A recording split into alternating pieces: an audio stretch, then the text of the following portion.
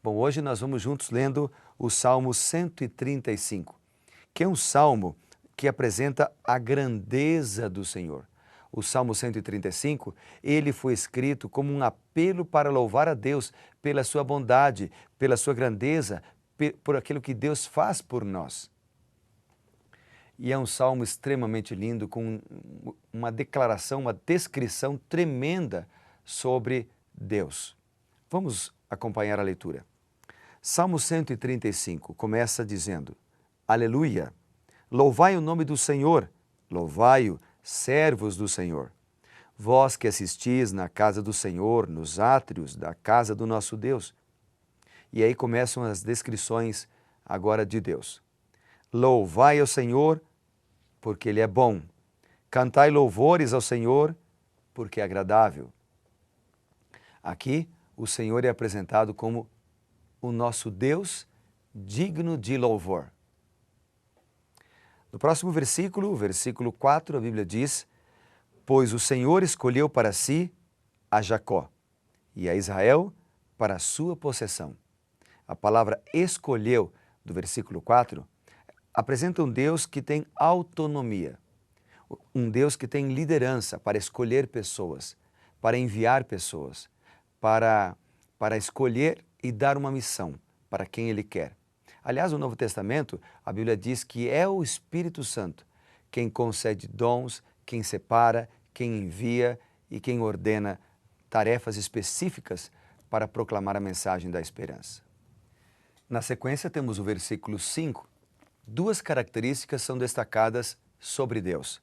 A Bíblia diz que o Senhor é grande e também diz que Ele está acima de todos os outros deuses. As duas características do Senhor que são ressaltadas aqui é que Ele é maior e Ele é superior a todas as outras coisas. No versículo 6, a Bíblia diz: Tudo quanto aprouve ao Senhor, Ele o fez. Então, Ele é destacado aqui como um Deus criador de todas as coisas. O versículo 7, a Bíblia diz que Ele faz subir nuvens dos confins da terra. Ele faz relâmpagos para a chuva, faz sair o vento dos seus reservatórios. Deus é apresentado como aquele que controla a natureza. O verso 8 diz assim: Foi Ele quem feriu os primogênitos no Egito, tanto dos homens como das alimárias. Deus é chamado aqui, ou é identificado como o libertador, porque lá no Egito Ele libertou o povo, tirando-o da escravidão. No versículo 9, a Bíblia diz: Quem no meio de ti, ó Egito, operou sinais e prodígios contra Faraó e todos os seus servos? Deus é apresentado aqui como um Deus poderoso. O verso 10, Quem feriu muitas nações e tirou a vida a poderosos reis? Ele é o soberano, que coordena tudo, que comanda as nações. No verso 11 e no versículo 12 nós lemos a Seom, rei dos amorreus, e a Og, rei de Bazã, e a todos os reinos de Canaã, cujas terras deu em herança a Israel, o seu povo. Deus é bondoso e fiel. Ele cumpriu a palavra com o seu povo, Ele deu herança, Ele deu aquilo que Ele havia prometido, então Ele é fiel. Na sequência, o texto diz o seguinte: O teu nome, Senhor, subsiste para sempre. A tua memória, Senhor, passará de geração em geração.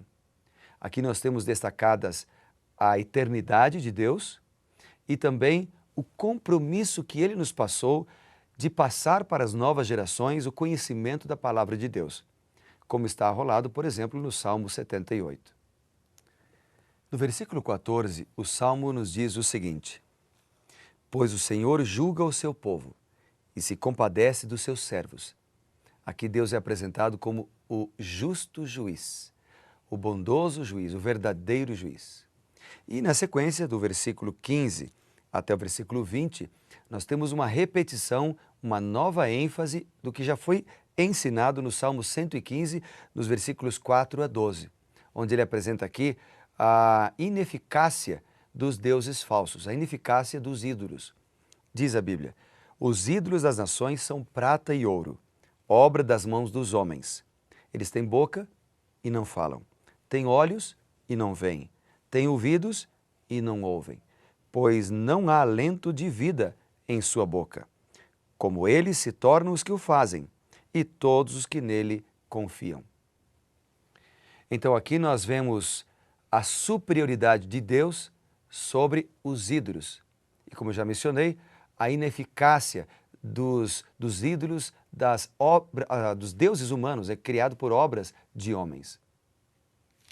Também aqui nós lemos no versículo, dentro desse trecho aqui que fala dos ídolos, no versículo 18, o salmista diz o seguinte: como eles, ou seja, como as estátuas, como essas imagens criadas pelo ser humano, como eles se tornam os que o fazem, os seus escultores, e todos os que nele confiam. Então, quem construiu essas imagens, essas pequenas estátuas, e quem confia nelas, se torna como elas, ou seja, se tornam inúteis. Agora é interessante porque ao ler esse verso 18, eu me lembrei de 2 Coríntios capítulo 3 e o versículo 18. Vamos ver o que diz a Bíblia lá? 2 Coríntios capítulo 3 e o versículo 18. Aqui ele não está falando de idolatria, mas ele está falando de um assunto que esse verso destaca. Diz a palavra de Deus o seguinte: e todos nós, com o rosto desvendado, contemplando como por espelho a glória do Senhor, somos transformados de glória em glória na sua própria imagem, como pelo Senhor, o Espírito. O que o texto está dizendo, tanto em Coríntios como aqui no Salmo 135, é que nós somos transformados pela contemplação.